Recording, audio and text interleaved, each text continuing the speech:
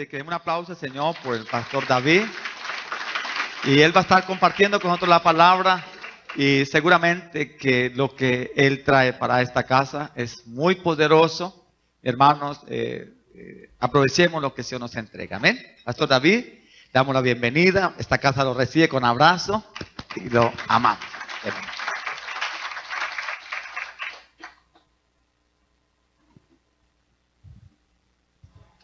Amén, buenos días. Después de esa presentación, ya me da susto, más susto.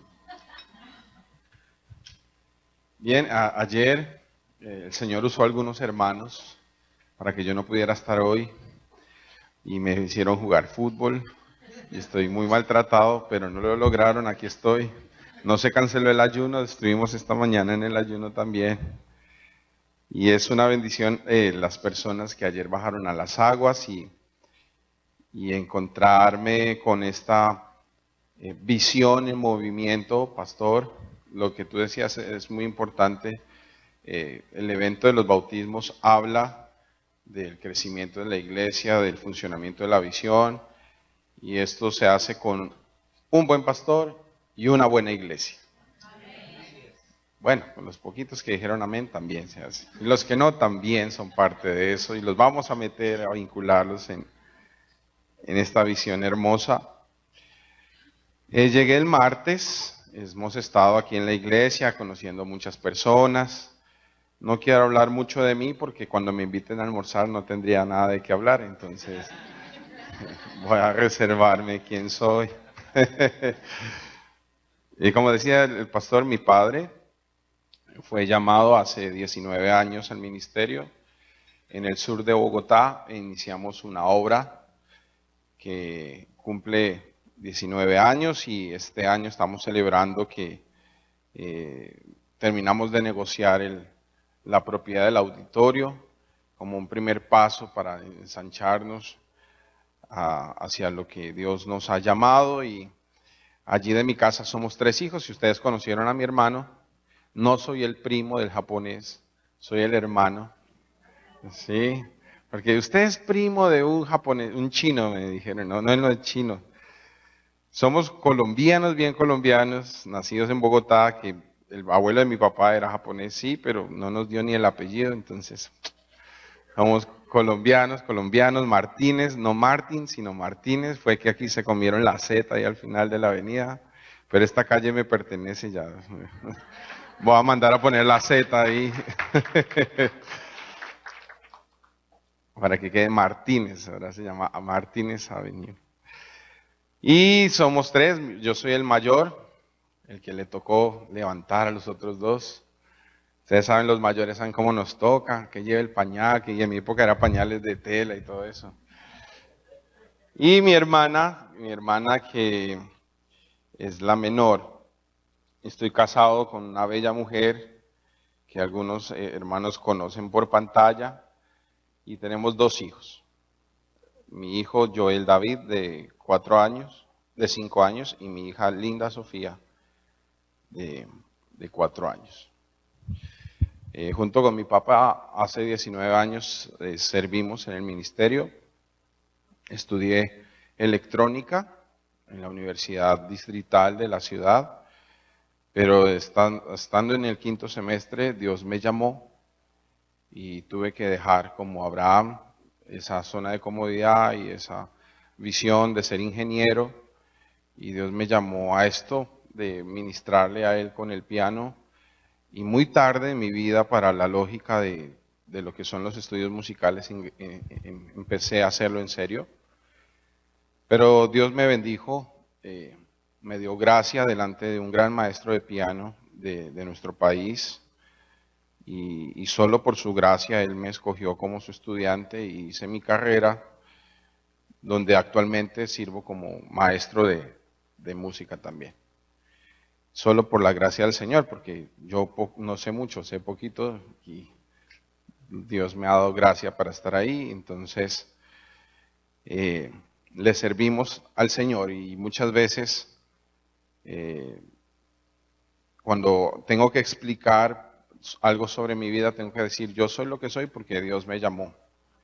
Y mi papá tuvo la culpa, ¿no? Cuando yo le dije, papá, ya no voy a ser ingeniero, ahora voy a estudiar música. No, porque no sé qué, tú tienes la culpa, tú me dijiste, estudie eso, mi hijo, para que sirva al Señor. Entonces, ahora estoy en esas. Muy bien. Quiero que leamos un pasaje que está en el libro de Génesis, capítulo 22. De pronto, no sé, en los planes de Dios estaba, pero no estaba planeado que yo estuviera con ustedes esta mañana. Esta semana el pastor en una charla me dijo, comparte la palabra el domingo y sé lo responsable que es estar aquí esta mañana. Así que yo tengo un testimonio fuerte sobre la vida de mi hijo, sobre lo que ha sido nuestra experiencia estos 5 años, aún 6 con el periodo del embarazo. Y este pasaje que vamos a leer de la vida de Abraham es un pasaje que aplica para la vida de todos los creyentes y en particular al testimonio que quiero compartir con ustedes, sin exaltar mi historia, lejos de mí eso, sino ver lo que el rema que Dios, la palabra rema que Dios me reveló a través de mi historia, y van a ser cosas puntuales que quiero compartirles. Amén. Dice la palabra Génesis 22. Aconteció después de estas cosas que probó Dios a Abraham y le dijo, Abraham, y él respondió, heme aquí. Y dijo, toma ahora tu hijo, tu único, Isaac, a quien amas, y vete a tierra de Moriah, y ofrécelo allí en holocausto sobre uno de los montes que yo te diré. Y Abraham se levantó muy de mañana y enalbardó su asno y tomó consigo 2 siervos suyos y a Isaac su hijo y cortó leña para el holocausto. Y se levantó y fue al lugar que Dios le dijo. Al tercer día alzó Abraham sus ojos y vio el lugar de lejos. Entonces dijo Abraham a sus siervos, esperad aquí con el asno, y yo y el muchacho iremos hasta allí y adoraré. Lea esto conmigo. Y yo y el muchacho iremos hasta allí y adoraremos y volveremos a vosotros. Y tomó Abraham la leña del holocausto y la puso sobre Isaac, su hijo, y él tomó en su mano el fuego y el cuchillo, y fueron ambos juntos. Entonces habló Isaac a Abraham su padre y dijo, Padre. Él respondió, heme aquí, mi hijo. Y él dijo, he aquí el fuego y la leña, mas ¿dónde está el cordero para el holocausto? Y respondió Abraham, Dios se proveerá de cordero para el holocausto, hijo mío. E iban juntos. Y cuando hallaron el lugar que Dios le había dicho, edificó allí Abraham un altar y compuso la leña y ató a Isaac su hijo y lo puso en el altar sobre la leña. Y extendió Abraham su mano y tomó el cuchillo para degollar a su hijo. Entonces el ángel de Jehová le dio voces desde el cielo y dijo, Abraham, Abraham. Y él respondió, heme aquí. Y dijo, no extiendas tu mano sobre el muchacho ni le hagas nada, porque ya conozco que temes a Dios, por cuanto no me rehusaste tu hijo, tu único.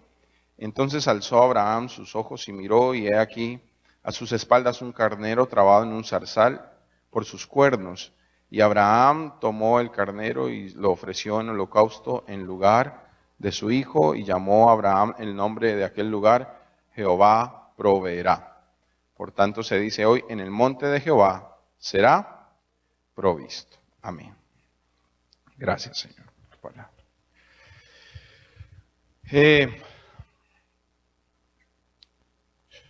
Yo crecí en un hogar cristiano. Mis padres conocieron a los 6 meses de que yo hubiese nacido. Sí, soy bastardo. O sea, nací fuera del matrimonio, pero luego lo arreglaron ahí. Ya me metieron en el acta matrimonial y eso. Pero conocieron al Señor y yo crecí en la iglesia. Mi padre fue muy exigente conmigo en cuanto a ser juicioso y el estudio y escribir y las cosas.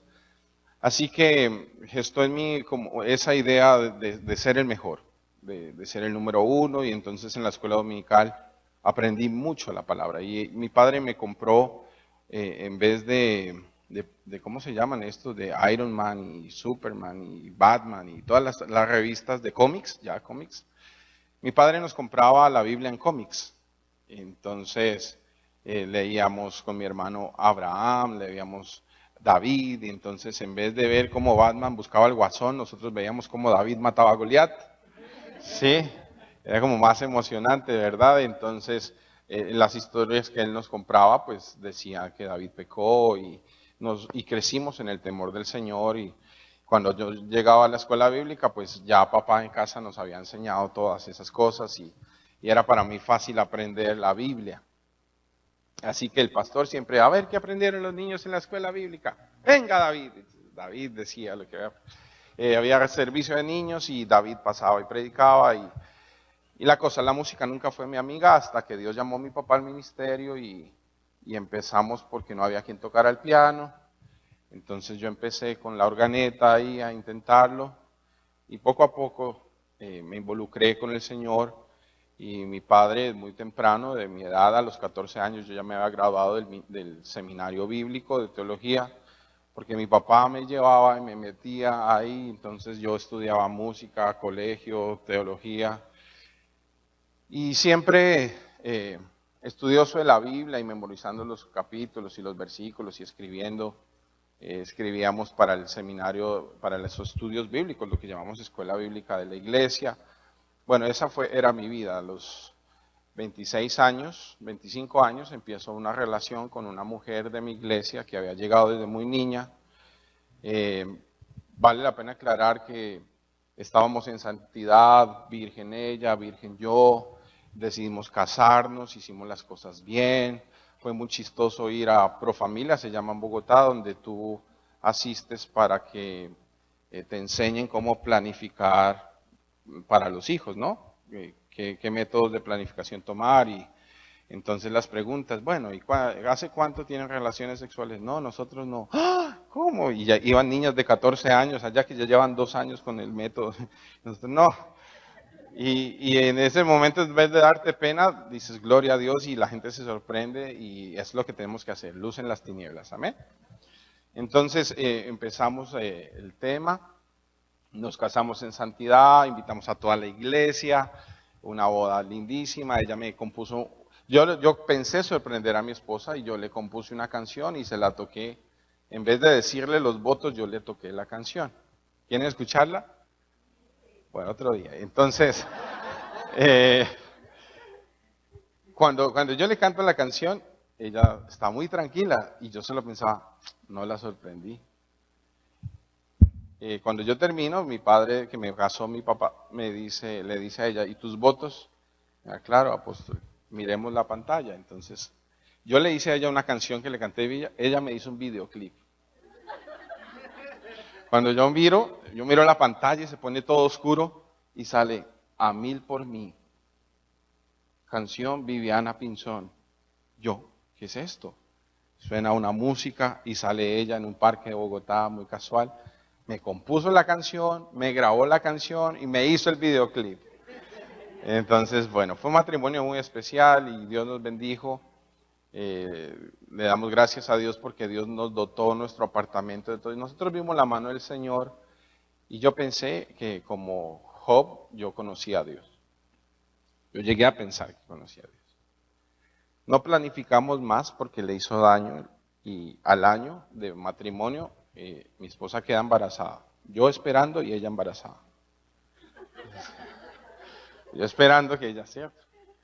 Eso fue un domingo que supimos, el jueves tuvimos una urgencia y había miomas y quistes en su matriz. Entonces el ginecólogo nos dice que hay que interrumpir el embarazo porque no va a estar bien y es la vida de ella.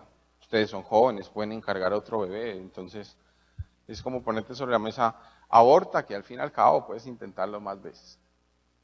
Nosotros dijimos no, seguimos adelante con nuestro hijo, bajo su responsabilidad.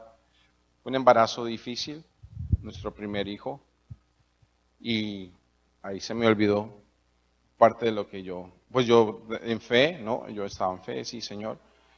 Pero en el 5.º mes de gestación, mi esposa empieza a orinarse sin darse cuenta. Y me dice, mira, me estoy orinando. Yo le dije, ve, mañana vamos a ir al ginecólogo, no te preocupes. Fuimos, el tipo estaba de afán, no hizo un examen, una inspección, sino debe ser que su bebé acomodó la cabeza contra la vejiga y se la aprieta, entonces se le sale el chichi. ¿Entienden chichi? Entonces, 8 días después, mi esposa me dice, el bebé no se mueve. Porque él desde chiquitico fue muy activo, él se sintió casi desde los 3 meses, hizo un vínculo conmigo y cuando yo llegaba al apartamento ella me decía, ya sabía que habías llegado. Y 4 pisos abajo que yo parqueaba y él ya identificaba. Pero ya esa semana, ya ella me dice, no, el bebé ya no, hoy ya no se movió. Entonces debes, no, pues tranquilo, ¿no? De pronto ella me dice, estoy manchando. Entonces nos fuimos a la urgencia, pues ya habíamos ido muchas veces. Y el ginecólogo mira ese tal chichi que ella pensaba que se estaba orinando y era el líquido amniótico. Así que teníamos 9 días perdiendo líquido y el bebé no se movía porque ya no tenía líquido. Entonces nos dicen, pues bebé ya no hay, está asfixiado, su corazón palpita porque está conectado, pero al umbilical, pero cuando nosotros cortemos, muy seguramente su corazón se va a detener. Y usted debe entender, señor, además hay que hacer una cesárea porque el tamaño del bebé es grande ya y bueno. Sin embargo, hay que verificar que no haya infección y si no hay infección, se puede hacer un procedimiento para inyectar líquido amniótico y ella va a seguir produciendo y prolonguemos el embarazo 2 meses más para que crezca dentro de su madre. La infección se comprobó a las 6 horas, así que de inmediato hicieron la legrado, pero mi hijo nació vivo. Entonces, la pediatra que asistió allí el cuerpo se dio cuenta que estaba vivo y lo intubó y hizo todos los procedimientos de intubación, ¿verdad? Que es la sonda a los pulmones, sonda al estómago, sonda a la vejiga, un periférico para pasar sangre, un catéter al torrente sanguíneo central, líquidos por un brazo. Entonces mi hijo era del tamaño de mi mano y ya tenía muchísimos cables.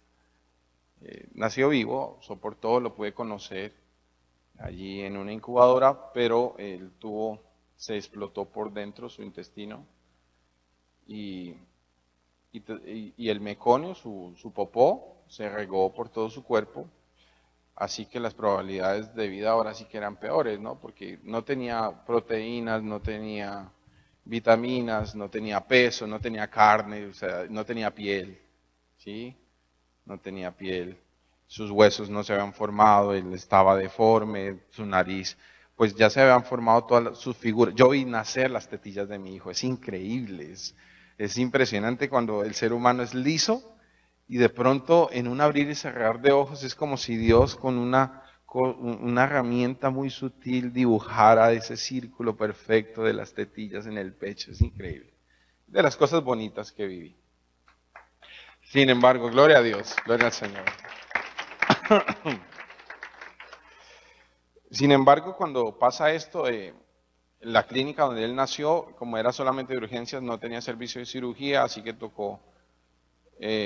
no había cirugía. Había que hacer cirugía, pero no se podía hacer porque no había cómo hacerla. Pero el niño no se moría y soportó 12 días así, con todo regado. Aparte de eso, ya tenía en su cerebro una cantidad de cosas. Y voy a terminar con esto. Mi hijo lo trasladan a una clínica 12 días después, que sí había cirugía, y lo operan de urgencia.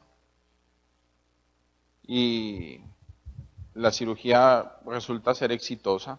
Sí estaba dañado los intestinos, pero pudo salvar parte. Así que le hacen una ileostomía, es decir, le sacan el ilion, que es la parte del intestino delgado, se lo sacan acá y dejan desconectado el colon. Es decir, que él no podría deshidratar los alimentos porque no tenía colon. Pero como había sido peritonitis, que se había regado el popó, había que hacer un lavado, 2 lavados más, para poder sacar todo eso, esa infección. Así que 2 días después vuelve a entrar a cirugía. Y nosotros nos preparamos para 6 horas de cirugía otra vez. De pronto lo vemos pasar en la sala y a los 5 minutos regresa. Una cirugía así de corta. doctor, ¿qué pasó? No salió el cirujano. Mandó a un estudiante que nos dice, encontramos que el tejido del intestino delgado de su hijo está muerto, está necrotizado. Para eso no existe trasplante, no existe tratamiento, porque el intestino delgado es el que selecciona las vitaminas de tus alimentos y decide, esto va para el corazón, esto va para los ojos, esto va para las pies, esto va para los huesos. Esa es la función del intestino delgado, por eso no hay trasplante. Yo no te puedo dar, tú no me puedes dar, yo no le puedo dar a mi hijo intestino delgado. No existe cómo reemplazarlo por algo sintético, porque es el tejido más complejo del cuerpo. Así que nos hicieron una junta médica y nos dijeron que el niño se iba a morir en las próximas 8 horas, que ellos debían decirme que había que retirar los medicamentos porque por bioética, por ética médica, ellos no iban a prolongar la vida de un ser que no iba a poder vivir, que no tenía intestino. Ok, en este momento acaban de escuchar la forma como Dios me dijo a mí, lo mismo que le dijo a Abraham. Dame a tu único. Yo creo que todos en la vida tenemos un momento que Dios nos va a probar. Porque es necesario. Dice la Biblia que Dios necesita saber qué hay en tu corazón. El desierto para el pueblo de Israel fue la oportunidad de Dios conocer qué había en su corazón y el pueblo perdió el examen. La tormenta para los discípulos fue la oportunidad para saber qué había en su corazón y los discípulos perdieron el examen. Abraham no perdió el examen, por eso es llamado el padre de la fe, amigo de Dios. Yo perdí el examen. Yo tenía 27 años ese día. Y cuando ellos nos dijeron estas palabras, nosotros salimos de la clínica y nos subimos a nuestro carro y no hablábamos. Pero ya en el carro yo levanté mis ojos al cielo y le dije, ¿sabes qué, Dios? Jamás te cantaré una canción más. Nunca más hablaré de ti. Porque lo único que yo amaba, tú me lo quitaste. Y mi esposa también lloró y peleamos con el cielo. Y me dijo, ella tenía cesárea, entonces no podía ir al apartamento donde vivíamos porque era un cuarto piso. Así que después del nacimiento de mi hijo, ella se quedaba con una hermana y yo me quedaba en el apartamento. Aparte de eso, yo no tenía trabajo en ese momento, ya debía arriendo. Pero Vivi me dijo, llévame a la casa, yo quiero ver las cosas del bebé, yo quiero ver la ropa, yo quiero ver el coche, quiero ver la cuna. Y nos fuimos para el apartamento y nos sentamos en nuestro sofá con los paquetes, ¿no? A sacar lo que habíamos comprado, los patines, gracias. Los primeros patines que uno compra, la primera sudadera que tú te antojas, la pijama, ¿verdad? El coche y el corral que lo habíamos negociado para poderlo comprar. Y con eso extendido en la sala, yo escuché la voz de Dios que me dijo. Porque yo, cuando peleé con Dios, le dije, mira, yo te he dado 27 años de mi vida. Yo no fumé, yo no tomé, yo no tuve mujeres, yo no me descarrié. Yo viví metido en la iglesia, yo le hice aseo a la iglesia, yo hacía los baños, yo orillaba el piso. Yo aprendí a hacer los cables. Yo aprendí a arreglar, a resucitar la organeta de mi iglesia todos los domingos porque no aprendía nunca. Todo por tu obra y tú me pagas así. Y en ese momento Dios me dice, ¿sabes? Esos 27 años de servicio que tú me dices, para mí son basura. Pensé que me ibas a decir, gracias por 27 años que me guardaste de las drogas, que me guardaste del pecado, que me guardaste del alcohol. Pero te digo una cosa, cuando tú estás en prueba, es la oportunidad de que Dios va a ver lo que hay en tu corazón. Y la mayoría no rajamos. Por eso me puedo parar aquí. Porque usted tampoco ha pasado algunas veces. O sí, o todos pasaron. O todos pasaron el examen. Todos nos toteamos, está bien decir nos toteamos en el examen, nos sacamos mala nota, nos sacamos, en Colombia es insuficiente, aquí ¿qué es? ¿Una I? Una F, bueno, todos nos sacamos una F. En esa época, antes de que esto pasara, bueno, durante la hospitalización, yo conocí a un hombre que yo pensé que era habitante de la calle. Resulta que él era un hombre campesino, en lo último, un pueblito de Boyacá, en lo último, y su esposa de urgencias tuvo que dar a luz. Y él llegó al pueblo, nace el bebé con un problema, así que lo tienen que trasladar a Tunja, la capital del departamento de Boyacá. Y no pueden hacer nada y lo tienen que trasladar a Bogotá. Él no era un indigente. Él lo que pasa es que un día salió de su casa y nunca regresó. Así que él dormía en las sillas, se bañaba con la manguera del jardín del hospital, se bañaban ellos dos y tenían que pedir limosna para poder comprar los pañales y las cosas del bebé. Don Luis, no lo olvido. Un día hablando con don Luis, antes de que esto me pasara, antes de que me dijeran esas palabras, don Luis me dijo estas palabras, me dijo, contándome lo que pasó fue esto y yo pensé, ¿cómo sufre esta persona, no? Pero él me dijo estas palabras, pero Él es mi Señor, y si eso es lo que Él escogió para mí, alabado sea Él.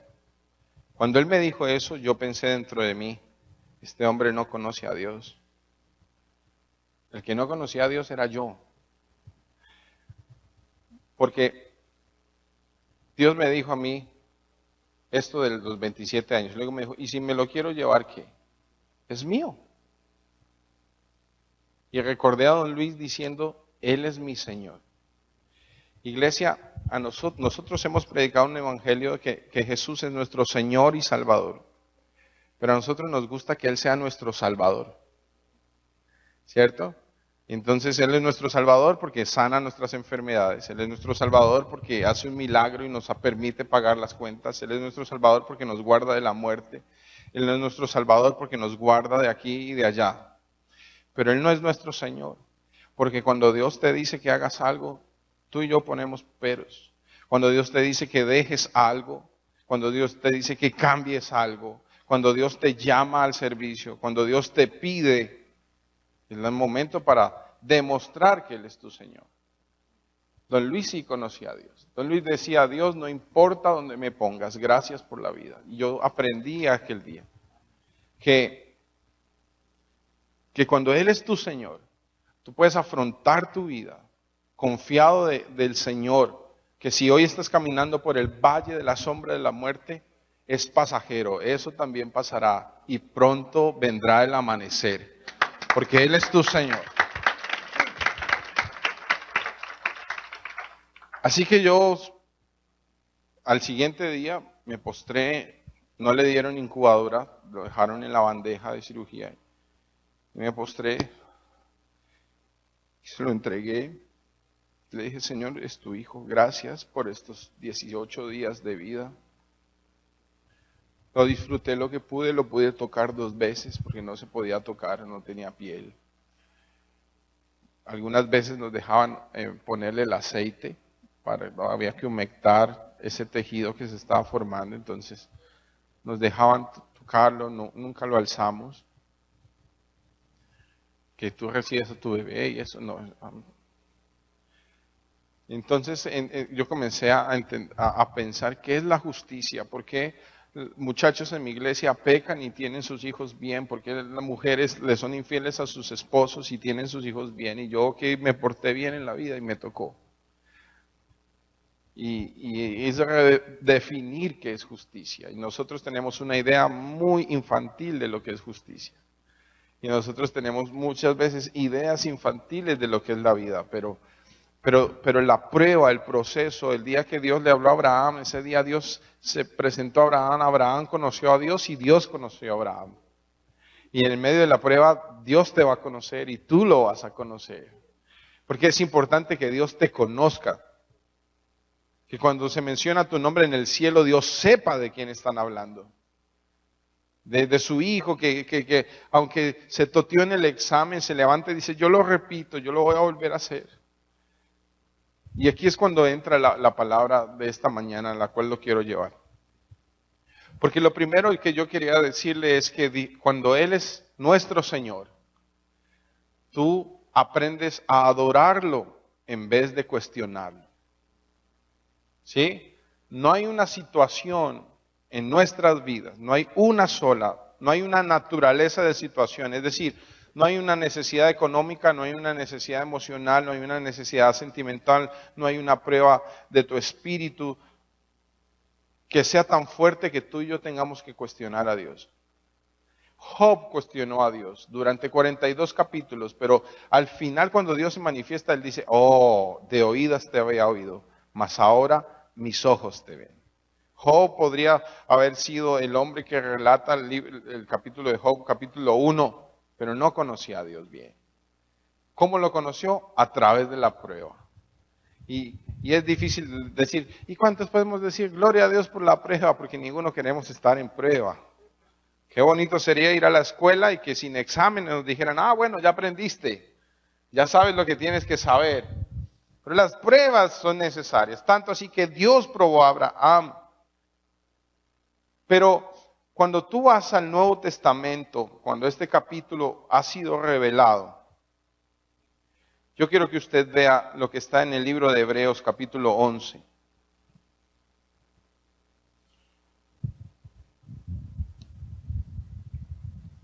Versículo 17. Allí es cuando Pablo revela lo que pasó aquel día. Bueno, si fue Pablo el que escribió Hebreos, seguramente no, o de pronto sí. Pero el escritor de Hebreos dice, por la fe Abraham cuando fue probado ofreció a Isaac. ¿Por la qué? Por la fe.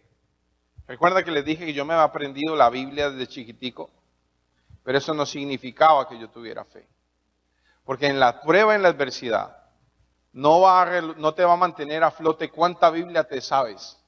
Te va a mantener a flote cuánta revelación de esa palabra está viva en ti. Jesús dijo que la palabra debe ser viva, no solamente agua, sino aguas ¿qué? Aguas vivas. Y la diferencia cuando tú y yo estamos en medio de la prueba es que la palabra que hemos aprendido haya sido vida o no haya sido vida en nosotros. Dice la Biblia, por la fe Abraham cuando fue probado ofreció a Isaac. Y yo quiero que leamos despacio allí. Y el que había recibido las promesas ofrecía a su unigénito. Estoy en Hebreos 11, 17, voy al verso 18. Habiéndosele dicho, en Isaac te será llamada descendencia. Diga conmigo, contradicción. Lo que el apóstol está diciendo hasta el verso 18 es que lo que pasa en ese escenario cuando está Abraham ofreciendo a Isaac era una contradicción. Si usted recuerda un poco la vida de Abraham, Abraham se casa con Sara, ¿verdad? Y a los 75 años que Dios lo llama, 75 años, no sé cuánto podría ser, unos 20 años o 10 años de matrimonio, ya estaba evidente que no podían tener hijos. Y Dios lo llama y le dice, te daré una descendencia. Tiempo después, Dios es específico y manda unos mensajeros y le dice, y su nombre será Isaac. Es decir, que la promesa de Dios era que Isaac sería su heredero. ¿Y cómo es posible que Isaac con 8, 10 o 12 años ahora tenía que ser sacrificado? Y en holocausto. Aquí todos entendemos la diferencia sacrificio y holocausto. ¿Sí? Bueno, aclaramos, ¿no? Sacrificio era cuando se ponía el animalito ahí y se cortaban pedazos y ya. Pero el holocausto era cuando se ponía el animalito ahí, se cortaban pedazos y se le prendía fuego hasta que se volviera cenizas. Así que Dios le dijo, en otras palabras, diciendo la palabra de Dios a Abraham, quiero que me des las cenizas de tu hijo. Y entonces Abraham tiene que vivir la contradicción. Entonces, un momento, Dios. Tú me hablaste hace 25, 35 años atrás que yo tendría un hijo. Luego me repetiste y me dijiste que se llamaría Isaac y que él sería el padre de mis nietos. Okay. Pero ahora que tiene 10 años, que no se ha casado, que no tiene nietos, que no tiene hijos, me dices que lo ponga sobre el altar y lo queme. Yo no entiendo. O sea, si alguien entiende hasta dónde voy, que levante su mano y me explique. Yo no he entendido. Y el escritor de los Hebreos le está diciendo a la iglesia, eso era absurdo. Dios promete que es Isaac, que él es el que iba a ser el padre de sus nietos, por ahí sería llamada la descendencia. Pero ahora resulta que hay que ponerlo sobre el altar y matarlo. Entonces aprendemos lo siguiente, a Dios no hay que entenderlo, a Dios hay que adorarlo, pero no entenderlo. El problema de la humanidad, del ser humano, es tratar de entender a Dios, ¿no? Desde la ciencia, y como no lo pueden entender, pues entonces lo negamos, porque se escapa de nuestro entendimiento. Por eso Abraham no tuvo ningún problema en madrugar aquel día y prepararlo todo, pero no le dijo a su esposa. ¿Se imagina donde le hubiera dicho a Sara? Sara saca la escopeta y le dice, donde tú te muevas te mato, Abraham. Te pico, Abraham. Así que Abraham con sabiduría dice, yo tengo que quitar todo lo que sea impedimento para obedecer a Dios. ¿Por qué cree que cuando vio el monte le dijo a los hombres que iban con él, quédense aquí?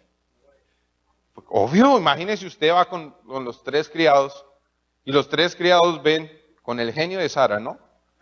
Que el hombre está poniendo así a Abraham y los hombres que Abraham está poniendo así a Isaac y cuando lo van a matar, esos hombres dicen, ¿se imagina Sara haciéndonos lo mismo donde dejemos que este hombre haga eso? Ellos hubieran impedido el sacrificio. Así que Abraham los deja atrás, porque tú y yo debemos aprender a dejar atrás todo lo que es impedimento para obedecer al Señor. Es así. No hay otra forma de hacerle caso al Señor. Tienes que dejarlo atrás. Tienes que dejar tus recuerdos, tienes que dejar tu pasado, tienes que dejar tus propias ideas. El pastor decía algo tremendo que yo predico mucho en la iglesia con los jóvenes. Dios no nos da sugerencias. Dios en su palabra no dejó consejos. Dios dio instrucciones. Y la instrucción es sacrifícame a Isaac, ya. Pero el versículo empieza diciendo por la fe. ¿Quiere que sigamos leyendo? Pero antes quiero recordarle lo que Abraham le dijo, que usted leyó en voz alta, lo que Abraham le dijo a sus siervos. Espérennos aquí. ¿Qué? Que nosotros iremos. Y no dijo, nosotros iremos, adoraremos y ya vendré. Y dijo, ¿qué? Y volveremos. Le pregunto, ¿Abraham estaba mintiendo? Oh, un momento. Otra vez. Abraham iba a llevar a Isaac a matarlo. Cuando él dice volveremos, ¿les estaba mintiendo? Les estaba mintiendo. ¿O sí? Vamos a leer Hebreos. Vamos en el 19, ¿no? A ver. ¿Están listos? Verso 19. Hebreos 11, 19. ¿Qué dice ahí? Pensando que Dios es poderoso para levantar aún de entre los muertos, de donde en sentido figurado también lo volvió a recibir. Le voy a explicar eso despacio. ¿Cuántos días llevaba Abraham? ¿Cuántos? 3 días de camino. ¿Cuántas noches? 3 noches. La noche que Dios le habló, 2 noches entre los 3 días. ¿Usted cree que Abraham durmió esa noche? Igual que usted y yo. A ver, Señor, yo quiero entender. Tú a mí me dijiste que me ibas a bendecir. Y en este momento estoy del cuello. ¿Sí? Señor, tú a mí me hablaste que para mí está reservado la fama, el honor y la gloria. Yo pasé del desconocimiento al desprestigio. Señor, tú me hablaste que mis ojos verían la visión y ahora me estoy muriendo de cáncer. No entiendo. Señor, tú me dijiste que mis hijos llevarían mi legado y serían unos siervos y se los está llevando las drogas. Explícame eso. Pero Abraham no cuestionó, no peleó, adoró. ¿Listo? Para poner un punto de diferencia entre Abraham y nosotros. Y aprender de Abraham que la clave es adorar. Entonces Abraham dice, espera un momento, tú me dijiste que Isaac sería el padre de mis nietos. 3 días, pero cuando yo lo ponga sobre el altar y yo le pase el cuchillo, ¿cuáles nietos? Y cuando yo prenda el fuego, quedarán las cenizas. 3 días después, Abraham entendió. Lo que nunca le dijo Abraham a sus siervos es cuándo iba a volver.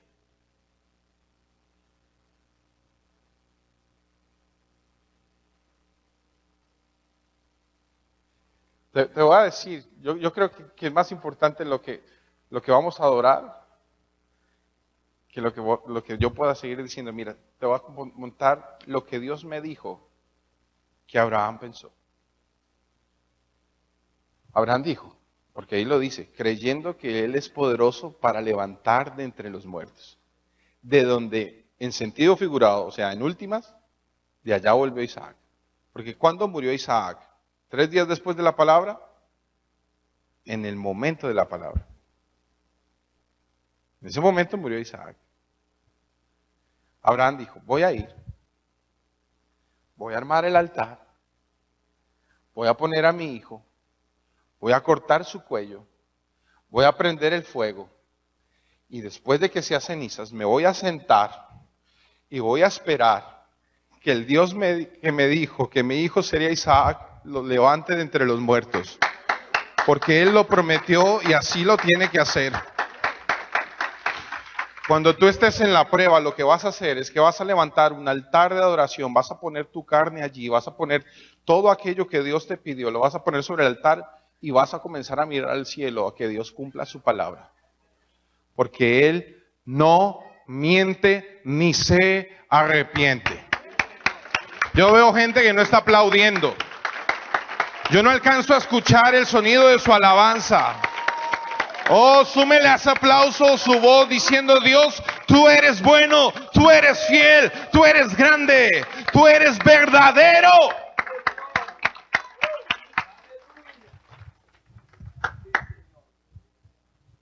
De la misma muerte salió Abraham. Oh, cuando tú lees la palabra, dice que cuando Dios vio esto, viste, el ángel le dijo, no extiendas tu mano. Pero lo que no leímos y que le queda de tarea en su iglesia, en su casa, es ver que Dios le dice, ahora sí sé que me amas, ahora sí que de cierto te bendeciré. Porque tu obediencia traerá bendición.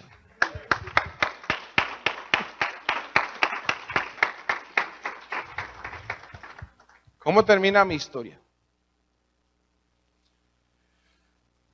Yo ya lo pongo sobre el altar, no era de leña, era como metálico, también era calientico porque le soplaban algo de caliente.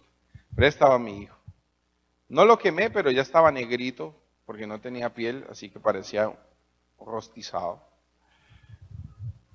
Y yo lo dejo y descanso y me siento a esperar su muerte.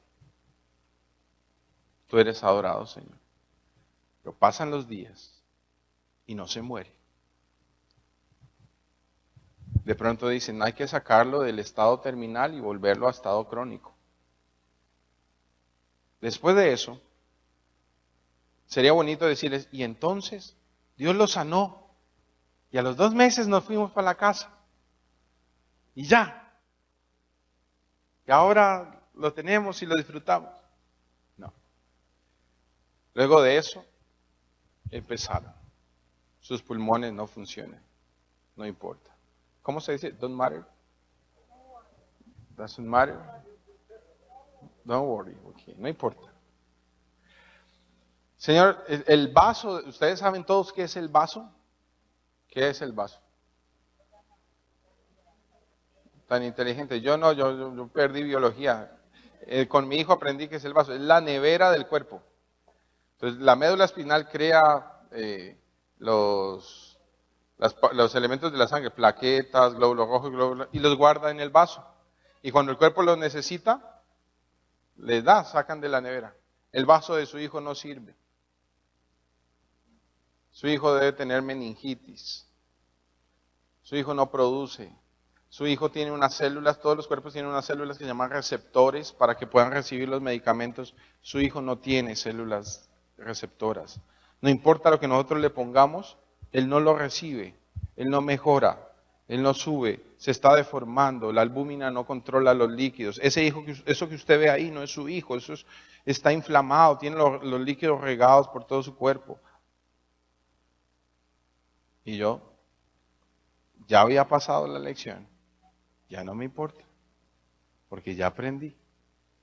El cerebro de su hijo se taponó y el agua intracerebral ahora lo está ensanchando el cráneo, se llama hidrocefalia.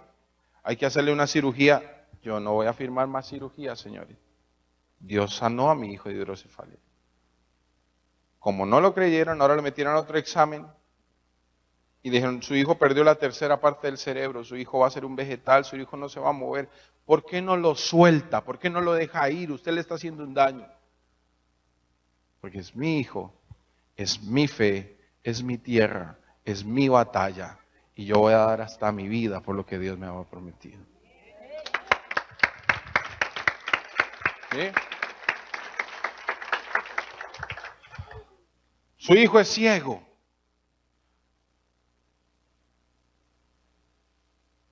Su hijo no tiene colon. No importa. Yo ya conozco al que leí en las historietas de niño. Ahora sí lo conozco. Al que yo hablaba en teoría. Ahora sí lo conozco.